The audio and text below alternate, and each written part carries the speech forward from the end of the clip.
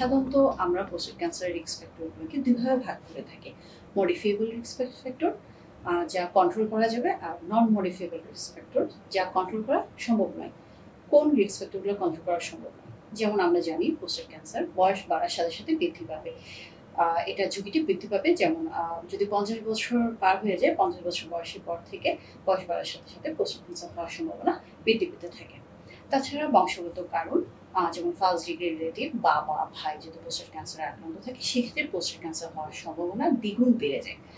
এছাড়াও কিছু genetic modification, mutation বলি আমরা, যেমন BRCA1-2, এইসব জিন যদি ইভেন মা, বোন বা খালাদের কারো যদি এসব জিনের কারণে ব্রেস্ট ক্যান্সার, ওভারিয়ান ক্যান্সার হয়ে থাকে, সেই পুরুষদের ক্ষেত্রেও প্রোস্টেট ক্যান্সার হওয়ার সম্ভাবনা বৃদ্ধি পায়।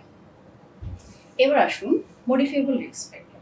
মডিফিয়েবল রিস্ক ফ্যাক্টর কি? যা আমরা কন্ট্রোল করতে পারবো, যা কন্ট্রোলের মাধ্যমে প্রোস্টেট ক্যান্সার হওয়া থেকে বিরত থাকা সম্ভব। যেমন ডায়েট।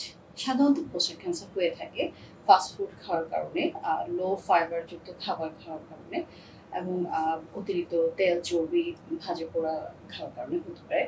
এবং শারীরিক পরিশ্রম যারা কম করে, কায়িক পরিশ্রম কম করে, নিয়মিত ব্যায়াম করে না, তাদের ক্ষেত্রে প্রোস্টেট ক্যান্সার হওয়ার ঝুঁকিটা বৃদ্ধি পায়। অতিরিক্ত ওজন, মেদ, এটা প্রোস্টেট ক্যান্সারের ঝুঁকির অন্যতম কারণ। এছাড়াও কিছু কেমিক্যাল এক্সপোজার, কিছু ইনফ্লামেশন, যেমন প্রোস্টেটের কিছু ইনফেকশন, প্রোস্টাইটিস, এগুলো থেকে প্রোস্টেট ক্যান্সার রূপ নিতে পারে। একটু সচেতন হওয়া এবং জীবনযাত্রার মানের পরিবর্তনের মাধ্যমে প্রোস্টেট ক্যান্সার এড়ানো সম্ভব। যেমন যদি সঠিক সময়ে স্ক্রিনিংয়ে আওতাভুক্ত হয় এবং মডিফিয়েবল রিস্ক ফ্যাক্টরগুলো কন্ট্রোল করা যায়, যেমন যদি অতিরিক্ত ওজন কন্ট্রোল করা যায়, নিয়মিত শারীরিক ব্যায়াম এবং স্বাস্থ্যসম্মত সুষম খাদ্য গ্রহণের মাধ্যমে প্রোস্টেট ক্যান্সার নিয়ন্ত্রণ সম্ভব।